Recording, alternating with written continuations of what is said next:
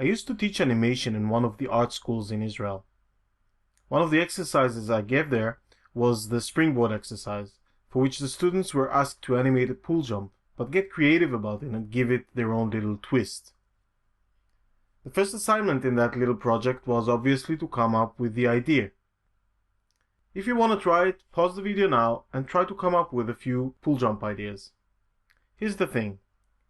Invariably, there would be around 3 particular ideas that kept coming back in different variations. Usually more than half the class would come up with at least one of these variations. First one is that the character slides and falls awkwardly. The second one is that he's afraid of the water for some reason. And the third one is that the springboard is really, really high. So if you came up with something different, I think you should give yourself a smiley. And if not, don't feel bad, because remember that this is a really, really good school.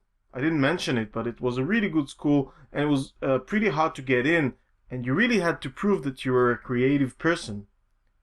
So how can it be when possibilities are pretty much endless with this pool jump, and you have to believe me that they are endless? So how come so many talented, creative people come up with these 3 repeating ideas? To answer this question, let's think about how you come up with an idea. Not you specifically. How do people come up with an idea? I mean, what kind of technique do you use? A lot of people don't even understand the question. The only technique they know about, if you can call it a technique, is to think really hard until they get something, until something just pops up. So they don't really actually do anything. They just kind of wait for something to happen. And that's because people buy into that myth called inspiration. This magical thing that you can't control or understand, which creates ideas out of nothing at all. Some people have it, some people don't. Sometimes it goes away with no reason, and then it comes back also with no reason. I want to show you how that inspiration thing works and why you can't count on it for your creative success. So imagine your brain as a huge storage room full of stuff. Imagine that random things get put in there all the time. Everything you see, smell, hear, think about, imagine, dream, or learn, everything goes into that mental storage room. Imagine also that this mental storage room is a dynamic place where these random pieces of information constantly move around, shift around, bump into each other, react to each other in different ways. They can even merge together to create something completely new. So for example, let's say you watch some boring show on TV, something about fishing, say. And it's kind of boring and your mind starts wandering, right? And you kind of slide into recalling that 2 days fishing trip you had some years ago and how you even thought you saw a bear. Okay? So now you're going to go through life with that fishing trip experience kind of hovering on the edge of your consciousness. Some hours later, you might find yourself humming, for example, the bare necessities. Look for the bare necessities. Because there's a bear kind of hovering somewhere in your brain, right? You know how you sometimes find yourself just humming an old tune out of nowhere and you're kind of wondering vaguely what made that particular song suddenly pop up into your head? Well, this is usually how it happens. So let's say you have this thing on your mind and you're humming the song, and all of a sudden out of nowhere, bam! The whole bear experience somehow connects with a random conversation you had with a friend 10 minutes ago, and then something else from yet another chain of associations, and that triggers some more associations, and in a split second, seemingly out of nowhere, an idea just explodes into your head. And that's just a thing that happens.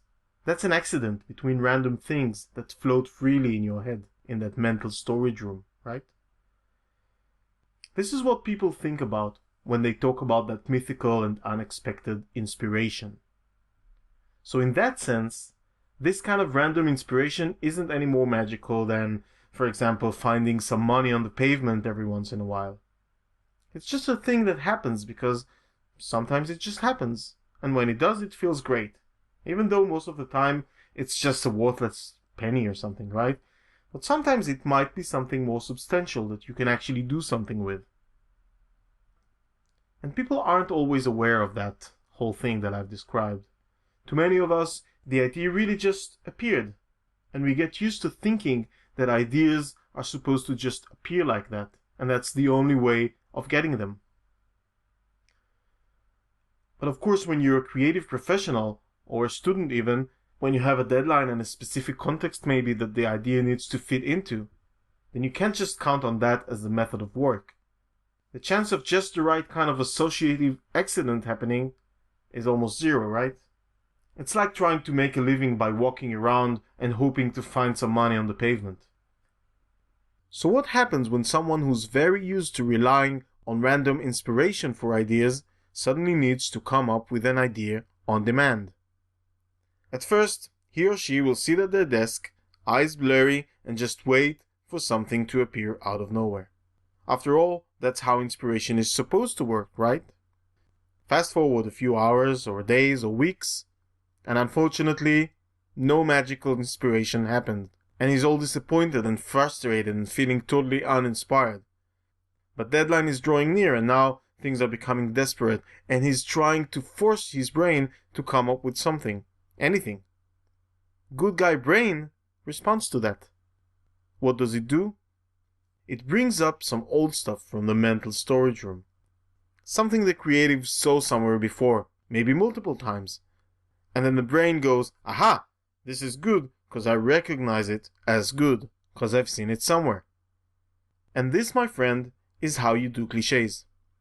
This is exactly what happened to the students with the 3 pool jump ideas. So what's the bottom line here? First, you need to get it out of your head that you need inspiration in order to get ideas.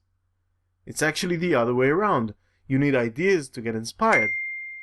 Ideas stir up inspiration, not the other way around. What you need is a process, a method of work that will help you create great ideas quickly when you need them, rather than just wait for them to happen. You see, every creative work is a structure of concepts. It's not just about the big concept, which is the seed of an entire project. Concepts are the building bricks of your creative work. When you make a computer game, for example, it's not just about the game concept. In a good game, every level, every UI element, every prop, and every monster is built around a strong concept. And this is true for most complex creative projects, whether you're writing a book, composing a soundtrack, or designing a website. So you need a process that you can rely on, something your dreamer can use again and again and again on different sections and levels of the work. In the next lesson, I'll introduce you to a logical 3-step process that does exactly that.